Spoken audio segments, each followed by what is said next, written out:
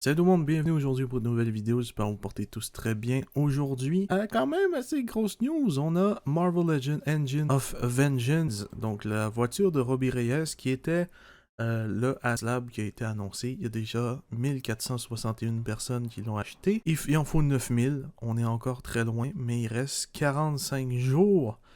Et c'est un beau bébé bye, hein. C'est quand même assez gros. Euh, Si on regarde, c'est 18,5 pouces de long pour 7,5 pouces de large et 5,5 pouces de haut, avec plus de 20 LED à l'intérieur pour tout ce qui est roue. 6 chemins de flamme ainsi que plusieurs effets. Ce qui est pas mal cool, c'est que les effets de la voiture sont tout simplement avec la voiture. C'est pas un truc supplémentaire. Ça aurait été super dégueulasse que ce soit un des trucs supplémentaires qui est ajouté au nombre de personnes qui l'achètent. Donc ça, c'est cool que de base, on a tout. Mais surtout, ce qui est cool, c'est qu'on peut changer la voiture si jamais tu veux t'en servir comme voiture pour Toretto dans Fast and Furious. Ben, tu peux avoir une voiture tout à fait normale. Ce qui est nice. Moi, perso, si je l'achète, c'est pour le mettre en L Charger. En plus, il faut savoir aussi qu'on a Robbie Reyes version normale, sans le truc de Ghost Rider, qui est disponible tout simplement si on arrive à avoir, je pense, c'est 1000 personnes, ou sinon c'est 9000, je pense, je sais plus trop, je pense que c'est 9000.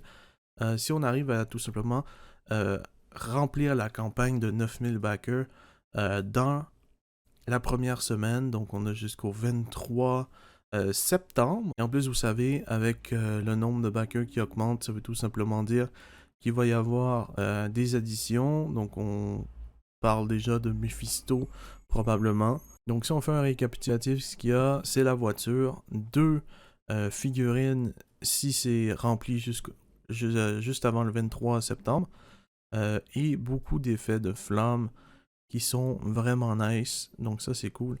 En même temps, le prix c'est assez compliqué. Quand c'est 350 US, mis à part le shipping, la conversion canadien pour moi, ça revient à 548, je pense.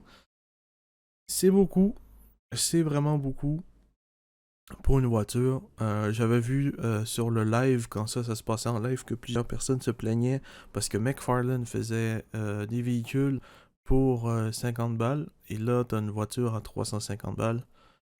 J'avoue, ça pique un peu, mais c'est pas le même sorte de véhicule. McFarlane, c'est plus des voitures, des motos, des trois roues, des trucs du genre. Ils ont fait un Monster Truck, mais déjà de un, il se vend pas, personne l'achète.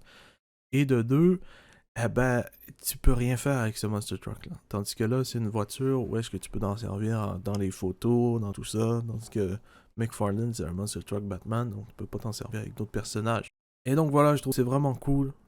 J'attends de voir. On a 45 jours pour remplir le goal de 9000 backers. Là, si je rafraîchis la page, on est rendu à 1523, donc ça augmente rapidement. Euh, c'est lent comparé à ce qui était pour le dernier HasLab de G.I. Joe.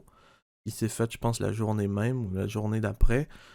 C'est plutôt lent parce que je pense que les gens attendent de voir les autres goals débloquables. Et donc voilà, n'hésitez pas à me dire en commentaire ce que vous pensez de ce Hell Charger. Donc ils vont pas l'appeler le Hell Charger parce que tout ce qui est enfer et tout, ils n'ont pas vraiment le droit à Hasbro en tant que compagnie parce qu'ils ont peur de se faire cancel. Donc Engine of Vengeance, comme eux autres ils l'ont appelé. Dites-moi ce que vous pensez en commentaire. Est-ce que je vais la backer? Probablement. Je sais pas encore. Va falloir que les trucs après soient vraiment géniaux. Enfin bref, je vous dis à la prochaine. Portez bien tout le monde. Peace!